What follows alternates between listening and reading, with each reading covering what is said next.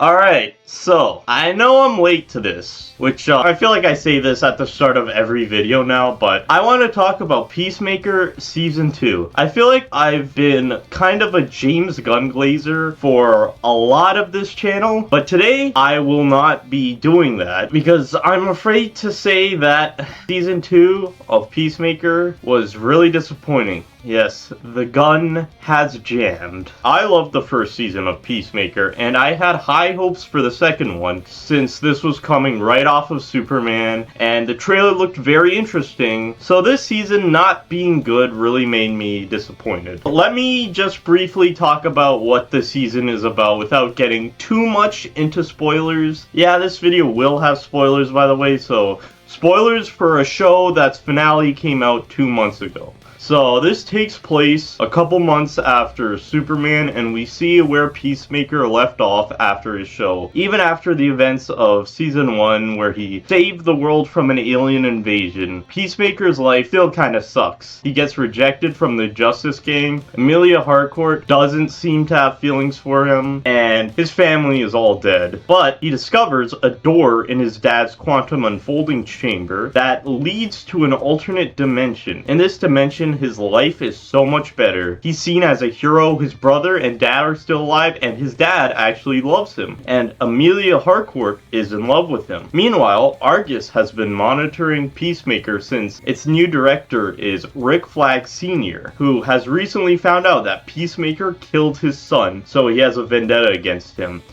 Bring me Peacemaker.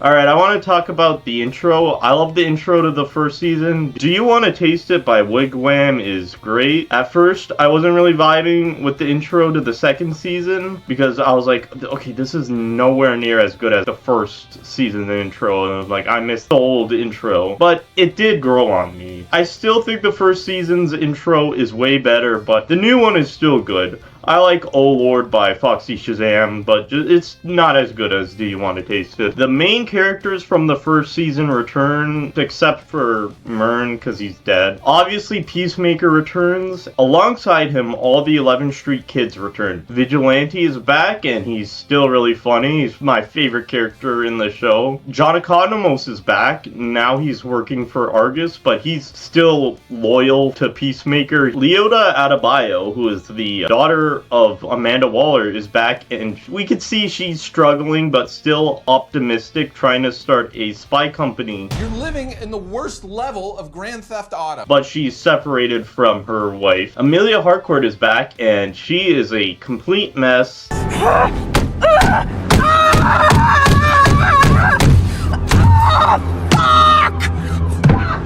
This season really focuses on the relationship and romance between her and Chris. He's in love with you. Me and Chris, it's never gonna be a thing. Eagly is also back, and he has his own subplot. He basically gets like the most fight scenes in the show. That little cockroach judo master is back. You always think he's gonna die, but he always just comes back. We also get the alternate universe versions of Chris's dad, the White Dragon, who is called Blue Dragon, and Chris's brother Keith, who in this dimension is both still alive and is the superhero Captain Triumph.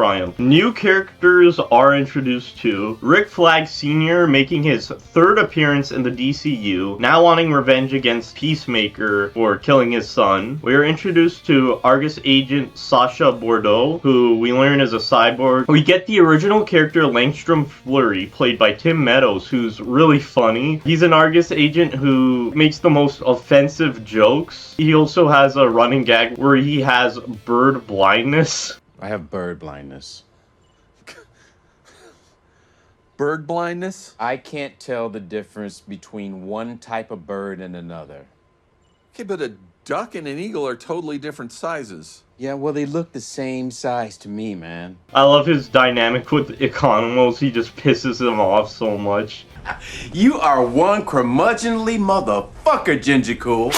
Oh! What the fuck? I told you not to call me that. Motherfucker! Back off, Flurry! Another original character is the Eagle Hunter Red Saint Wild, played by Michael Rooker. Basically, he's like a white guy who dresses like a Native American and is hired by Argus to hunt down Eagly. There's a whole subplot where he hunts down Eagly, and we find out he actually has powers and that Eagly also has powers too. So my first complaint about the season is that it's way too short. The season is 8 episodes. Like how every show now, each season is 8 episodes, but the episodes in this season were really short. Episode 1 is 44 minutes, episode 2 is 48 minutes, episode 3 is 37 minutes, episode 4 is 38 minutes, episode 5 is 36 minutes, episode 6 is 35 minutes, episode 7 is 32 minutes, and episode 8 is the longest episode, being 57 minutes. You can't imagine how much it sucked to wait a week for a new episode of Peacemaker, only for it to be less than 40 minutes where nothing happens. It also pissed me off when after finishing the episode, I'd go on YouTube and search up the Peacemaker podcast and see that the Peacemaker podcast talking about the episode would be double the length of the episode it is talking about. When the first season came out, they released the first 3 episodes on the same day. They didn't do that for this season, and I think they really should have, since nothing really happens in the first 2 episodes, and the 3rd episode was the one where something exciting actually happens. They might as well should have just put them all together. Honestly, I believe that we need to get rid of 8 episode seasons. Every show does it now. I think 12 episodes should be the norm. I think we should have at least 10 episodes a season. If you're gonna have only 8 episodes in one season, at least make them around an hour and not less than 40 minutes. This season would be much better if it had more episodes, since it suffers from pacing issues and the show really doesn't pay a lot off. Also, I feel like some of these episodes could just be combined together. Episode 2 and 3 could have been one episode. Episode 4 and 5 could be one episode because nothing happened in episode 4. And episode 5, it was just like to set up episode 6. And episode 6 and 7, yeah, haha, 6, 7, 6, 7, could have been one episode. That could leave the show to have 5 extra episodes, making it feel like a more complete season, because this did not feel like a complete season. A problem I really had from this season, which might be seen as not that big of a deal by some people, is the lack of costumes. Peacemaker only wears his classic suit in the first episode for only the scene where he tries out for the Justice Gang. He does wear his alternate universe version of his suit for the ending of episode 5 and the entirety of both episode 6 and episode 7. Yeah, 6, 7, 6, 7. However, he only wears the helmet in episode 3 and episode 5. Even Vigilante only wears his suit for episode 6 and episode 7. I'm not doing it again, and for one scene in the finale. At least Judo Master wore his costume for all his scenes. This is very jarring because in season 1, both Peacemaker and Vigilante wore their suits for most of the show. It doesn't feel like a comic book show when it's just like normal guys. I find this crazy after James Gunn's latest DC project, Superman, had Clark Kent wearing the Superman suit for most of the movie. You'd think after The Batman came out 3 years ago, a movie where Robert Pattinson spends more time as Batman than as Bruce Wayne,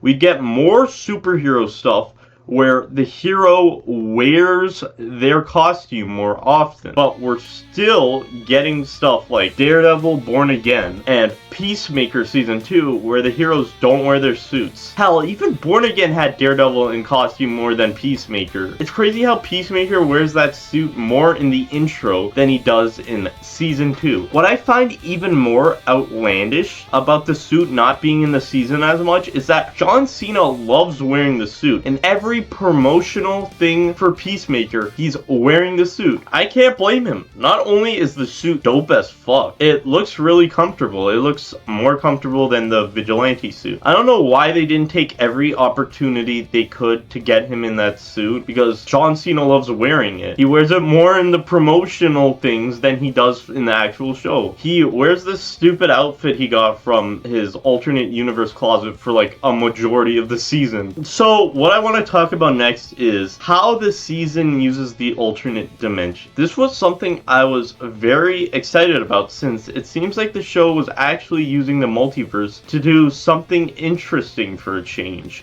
Instead of being used for fan service and cameos, it seemed like they were going to use it as sort of a character study of Peacemaker, showing him what his perfect world looks like. I feel like the alternate universe aspect was very underused in the season. Only episode 3, 6, and 7 take place in the alternate universe. These episodes are also very short. To be fair, episode 1 and episode 5 had one scene where he was in the alternate world. Like I said, this alternate universe is Peacemaker's perfect world, where he's a beloved superhero along with his brother and father. In the first episode, he accidentally kills himself from the alternate universe, allowing him to take his place without them not accidentally running into each other and making things confusing. The big twist about this world that everyone saw coming is that this is Nazi Earth, or as DC Comics fans would know, Earth X.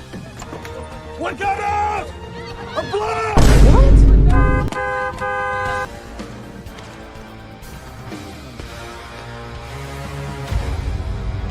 Fuck me.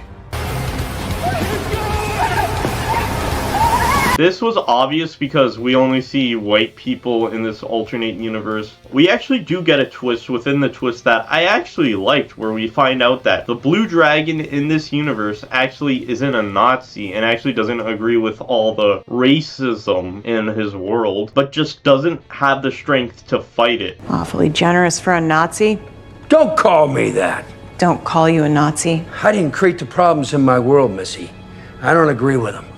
I applaud you if your world is perfect and you fight every injustice you ever see.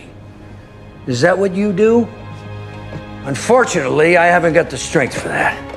I fight the madman murderers and monsters in front of me because that's all I can control. I like this very nuanced take, and it would make a lot of sense that in the main world, Augie is racist while his sons are not, but in the racist world, his sons are racist and he is not. Honestly, I feel like the world didn't have to be the Nazi universe because it doesn't really go anywhere. After the Nazi reveal, nothing really happens. All that happens is Adebayo gets chased by Nazis but is saved by Juno Master. The Blue Dragon finds out what happens and understands, but Keith wants revenge until Vigilante comes and kills Augie. You'd expect them to fight Nazis, but that doesn't happen. They fight Keith, but Chris stops them from killing him because he doesn't want to see his brother die again. Harcourt tries to kill him, but is too late and he survives. What I was expecting was for the finale to pick up the storyline and having Keith come to the main Earth and send an army of Nazis after Peacemaker and the gang. This could also force Peacemaker and Rick Flag Sr. to work together. Or maybe Rick Flag might want to work with Keith because he hates Peacemaker that much that he's willing to work with the Nazis. But absolutely nothing from Earth X comes back in the finale. They just focus on like the QUC, but like don't acknowledge the other Earth. Keith doesn't come back, so what was the point of that? Alright, now I want to talk about the finale, and oh boy, this finale was so disappointing. I've seen a lot of people say, oh, you just didn't like it because it didn't have cameos. I don't care about cameos. I didn't need to see David Cornsweet return as Superman and appear for like 5 minutes to be like, yo, what's up? I just didn't like how it didn't pay off anything and nothing happened. I was excited to get a episode over 50 minutes, but we had 2 whole concert performances there. I like it when James Gunn includes like music scenes, but this was too much. We didn't need 2 whole concerts. My main problem with this finale, and pretty much the whole season, is how Rick Flag Sr. is characterized. This unk has been living in my head rent-free, and he's gotta be my least favorite character in the DCU. In the finale, they made Rick Flag Sr. just cartoonishly evil, and it just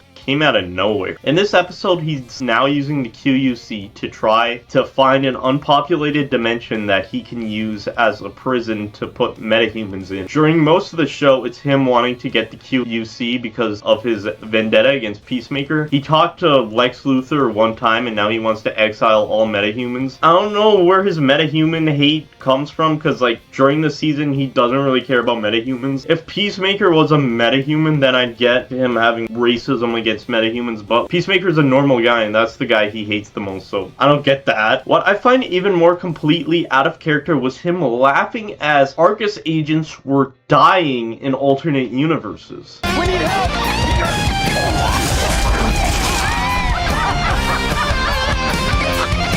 He just turned so evil out of nowhere and it just felt weird. I understand him wanting to go after Peacemaker since he killed his son, and I understand the ending where he kidnaps him and throws him to the alternate dimension.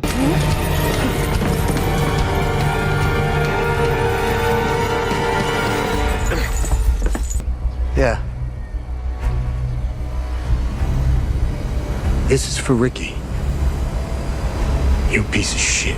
That makes complete sense. I can understand a father being blinded by his hatred for the guy who killed his son, but him laughing as his subordinates die just makes no sense. I've seen people theorize that it's actually Clayface posing as him after they had a fight in Creature Commandos, but that makes even less sense, and that just sounds like coke. If he was Clayface, then why would he care about Peacemaker? At the end of Season 2, like I mentioned before, he sends Peacemaker to the jail universe called Salvation and says, "This is for Ricky." Why would Clayface care about Rick Flag Jr.? And why would Clayface want to get rid of all metahumans? He himself is one, and I don't think that's in character for Clayface to be doing. Rick Flag Sr. wasn't replaced by Clayface. The reason why he's acting different is because of bad writing. Rick Flag Sr. has been in all 3 DCU projects and he's been completely inconsistent. He's consistently inconsistent. He started out as a decent guy leading a team of monsters who falls for a woman that he unknowingly gets manipulated by. He then is a government guy who has right intentions but is forced to follow the government orders because of Lex Luthor's influence, even if he doesn't really agree with them. Then he's a guy investigating Peacemaker's QUC as an excuse to go after the guy who killed his son. And then he just becomes a supervillain who hates metahumans because he talked to Lex Luthor one time. What the fuck happened? The only thing that's been consistent about him is that he bangs hot women that are way too young for him. What they should have done instead was have Flag only care about getting revenge on Peacemaker the whole way through and just pretending to care about the QUC, and have a higher up member in the government be the one to care about sending metahumans to Salvation and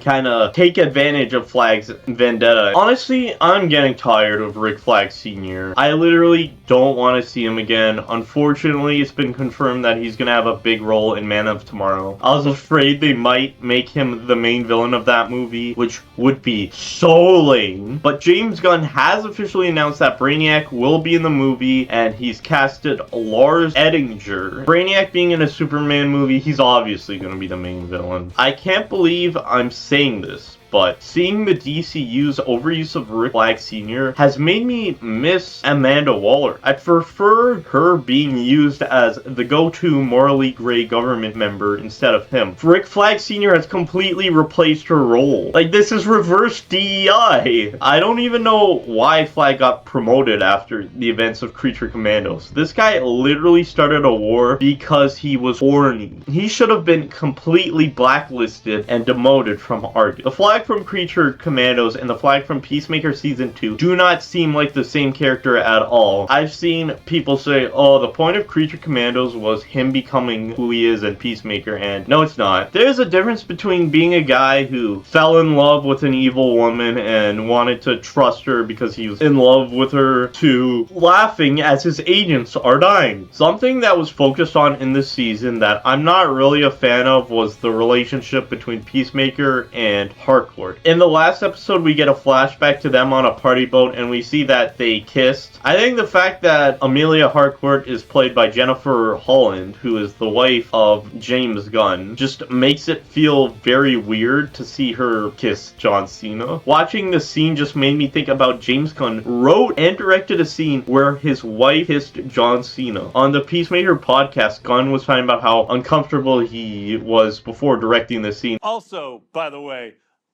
I had to shoot you kissing someone, which was a little... It was very uncomfortable for you. It was... the thought... When we got there, it wasn't that uncomfortable. The thought of it was especially uncomfortable. And I'm like, dude, you wrote this into the script. You didn't have to cast your wife as the love interest. After season 1, I really didn't think they'd actually have them get together since it's mainly one-sided. I'm not gonna ignore the fact that there were some scenes implying that she was kind of interested in him. I just don't like the trope of the guy harassing a girl and then they ended up together. Especially since Chris didn't want to leave the alternate world unless Harcourt admitted she liked him. Do you have feelings about me or not? So what? So you're gonna stay here if I don't and come home if I do? See? You just keep talking around it. Also, how he only got back with the 11th Street Kid in the end to start Checkmate was because Harcourt admitted the boat meant something to her. I just want to know if it meant something to you at all.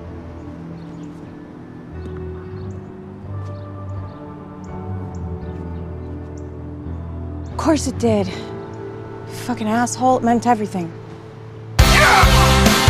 It just feels so immature and character regressing. Another problem I have about the season finale is that it didn't feel like an ending for the season. It was more of an epilogue setting up both the formation of Checkmate and Salvation being used to exile metahumans. I didn't really feel like the show was leading to Checkmate being created. They created it to combat the corruption of Argus. I don't know why they chose the name Checkmate. I know it's from the comics, but why would these guys choose that name? I've never seen them play chess. It only makes sense if you know about Checkmate from the comics. And if you're not familiar with the comics, that name means nothing to you.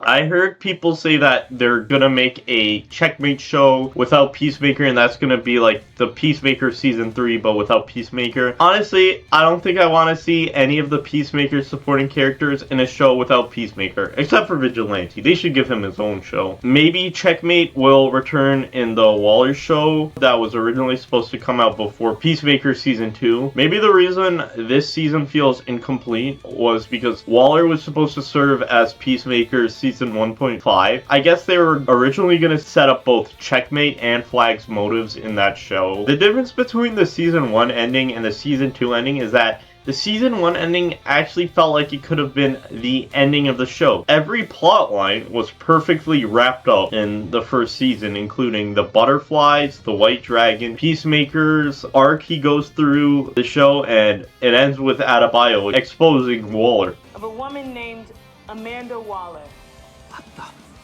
Despite no plans for the show to continue, season 2 ends off not wrapping up anything and feels like an incomplete ending. I just don't know how they're not going to make a season 3. It seems like this show has set up Salvation to be a big part of the DCU. We don't know, will this be brought back in Man of Tomorrow? Are Lex Luthor and Superman going to be trapped in Salvation and the movie's going to be about them trying to escape? I know James Gunn is directing both, but it feels weird for the plot of Peacemaker to set up the next Superman movie. Like, think about it. It's an R-rated season of a show about an obscure character that's a spin-off of an R-rated movie that, despite being great, no one really watched. It's gonna lead into the big PG-13 superhero movie about Superman, the biggest superhero ever. Kids are gonna be so confused watching Man of Tomorrow since they didn't watch the R-rated show about Peacemaker, so they'll be like, what the hell's Salvation? The Salvation plotline, I feel like, works more for a Suicide Squad movie movie, but I don't think they'll make another one of those. And this could also be the plot of Creature Commandos Season 2. Rick Flag could be sending the Commandos to salvation, and the season can be about them trying to get out. Like I mentioned before, the show ends with Rick Flag Sr. kidnapping Peacemaker and throwing him into salvation. Now, the problem I have with this is that, like I said before, James Gunn has said that he doesn't know if he'll do another season of Peacemaker, and he pretty much thinks this will be the end. This is the final episode of Peacemaker Season 2. Maybe the final episode of Peacemaker. Really? You can't just end a show like that. We get left on a cliffhanger and we won't get to see what happens next to Chris on his own show. Are we just gonna have to pay off his character arc in someone else's movie or in another show? I thought Gunn said these projects will all be standalone. A story arc for a character that happened in his show is going to be resolved in another project. That doesn't sound standalone to me. Also, what about Captain Triumph? When the heck is he going to return? The character is so personally connected to Peacemaker since he's his brother from an alternate universe and he has a hatred for him. What can he possibly come back in other than another Peacemaker season? Alright, to mention other things, there was also an entire Eagly subplot that starts with Eagly fucking up the Argus agents as they try to raid Chris's house, which leads them to hiring Eagle Hunter Red Saint Wild to take care of Eagly. I will say this was a fun side plot. I like the twist of Red actually having powers and the other twist of Eagly actually being the prime eagle and also having powers. As fun as this story is, it really took up too much time that they could have used to focus on Earth X or Argus. Honestly, this could have just been an animated short film. Hell, that actually sounds like it would have been awesome. This plot really didn't add to the season. It could have been completely cut out and nothing would change. They would just use that extra time to flesh out the show. Also, to talk about Rick Flag Sr. again, despite Peacemaker being the main character of the show and Flag being the main villain of the season, they only interact with each other twice. When they do meet in episode 5, that was awesome. It was a great confrontation, and it was cool to see Flag get revenge on the guy who killed his son and really let loose on him. I would have liked it if they had more confrontations with each other and they could show us more of Flag's hatred for the man who killed his son. There's also a scene in the opening of episode 2 where we see him read the files about what happened in Corto Maltese and where he learns his son was killed by Christopher Smith, the Peacemaker, which starts his vendetta against him. This was a great scene, but it's weirdly placed since Rick Flag Sr. doesn't appear at all in the rest of the episode. We also get the return of Joel Kinnaman as Rick Flag Jr. in episode 3 of this season. It was great to see him again, and we get a scene that takes place before the Suicide Squad, which reveals that he and Amelia Harcourt were sleeping together. So that's why she hated Chris in season 1. Joel Kinnaman also plays an alternate version of Rick Flag Jr. on Earth X who's dating Harcourt. I do think this is a good addition to the lore. It adds to her conflicting feelings on Peacemaker, and I do like the dynamic she has with Flag Sr. I wish they brought back Earth X Flag, since I thought it was a missed potential for him to only show up in one episode. It would have been interesting if we found out that universe Rick was actually a good guy, and he and Chris would be forced to work together. Also, I wished Rick Sr. got to meet the alternate Rick Jr. It would give him a chance to see his son again, and maybe that would have made him forgive Peacemaker. This could have been a heartwarming moment for Rick Sr. to finally see his son again for one last time. Or it could also go the other way and just be completely unnerving for him to see a version of his dead son that is just completely different. Something I want to talk about is John Cena's act. John Cena is an amazing actor, and his acting in this season is really good. Especially the scene in episode 7 where he freaks out. Get off him! Get off him, please!